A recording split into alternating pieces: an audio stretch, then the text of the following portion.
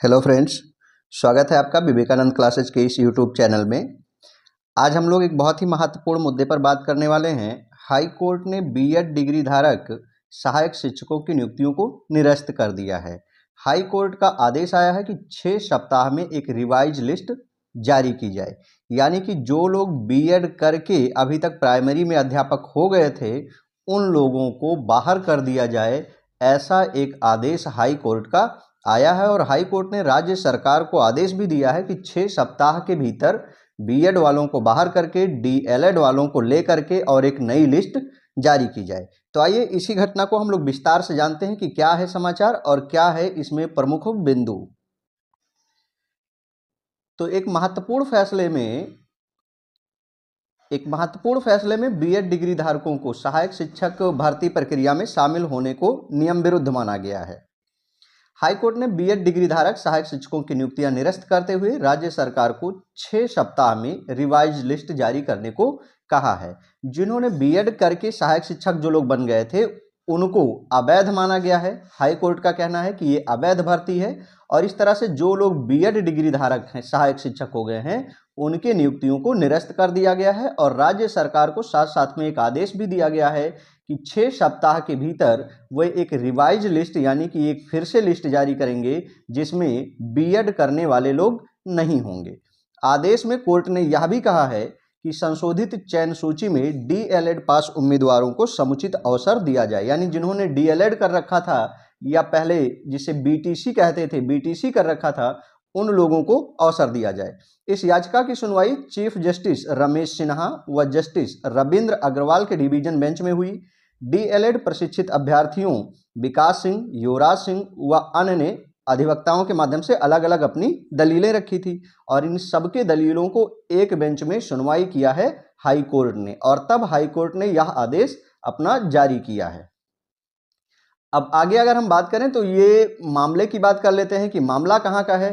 तो मामला है छत्तीसगढ़ का। बिलासपुर हाई कोर्ट ने शिक्षक भर्ती एक मामले में फैसला सुनाते हुए यह निर्णय सुनाया है, यानी बिलासपुर हाई कोर्ट छत्तीसगढ़ की सरकार को ऐसा निर्णय करने के लिए दिया गया है। तो बिलासपुर हाई कोर्ट ने कहा कि जो बीएड डिग्री धारक थे उनकी जिनकी नियुक्ति हो चुकी है, बीएड करके नियुक्त हो गए थे, उन्हें हटा दिया जाए। थोड़ा सा विस्तार से आपको बताएं तो 2023 में फरवरी मंथ में ये वैकेंसी आई थी और शिक्षकों की वैकेंसी लगभग इसमें 7,000 के आसपास में पद थे और 7,000 शिक्षकों की नियुक्ति की गई थी। तो उसमें बीएड वालों को भी नियुक्त कर दिया गया था। तो इसी पर जो बीटीसी वाले लोग थे या डीएलएड वाले लोग थे, वे लोग जो है कोर्ट चले गए थे। कोर्ट ने उन पे सुनवाई की और कोर्ट ने सुनवाई करते हुए राज्य सरकार को यह आदेश दिया कि फिर से एक चयन सूची बनाई जाए और उस चयन सूची के आधार पर फिर से लोगों को नियुक्त किया जाएगा।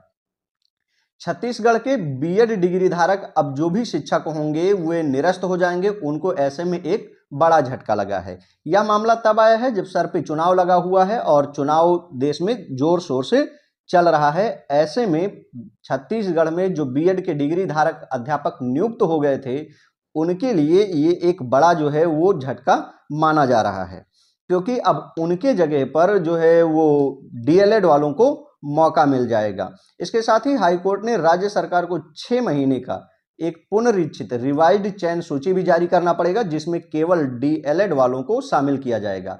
अब बात यह आती है कि ये अभी छत्तीसगढ़ के लिए आया है नियम, लेकिन जब ये छत्तीसगढ़ के लिए नियम आया है तो यह संभव है कि अन्य राज्य हैं वहां के भी जो अभ्यर्थी होंगे वे इस बात की मांग करना शुरू कर सकते हैं। और ऐसे में यूपी में, बिहार में जो लोग बीएड करके सहायक अध्यापक बन गए हैं तो संभव है कि वहां के अभ्यर्थी अगर इन चीजों का मांग करते हैं तो वहां के हाई कोर्ट और राज्य सरकार ये दलील सामने रख सकती है, निरस्त किया जा सकता है। फिलहाल के लिए यह जो सूचना है वह केवल और केवल छत्तीसगढ़ राज्य के लिए है कि छत्तीसगढ़ राज्य में जिन लोगों का चयन हो गया है बीएड के थ्रू सहायक शिक्षक के रूप में, उनको निरस्त कर दिया गया है और उनके जगह पर जो लोग डीएलएड कर रखे थे उनको मौका दिया गया है।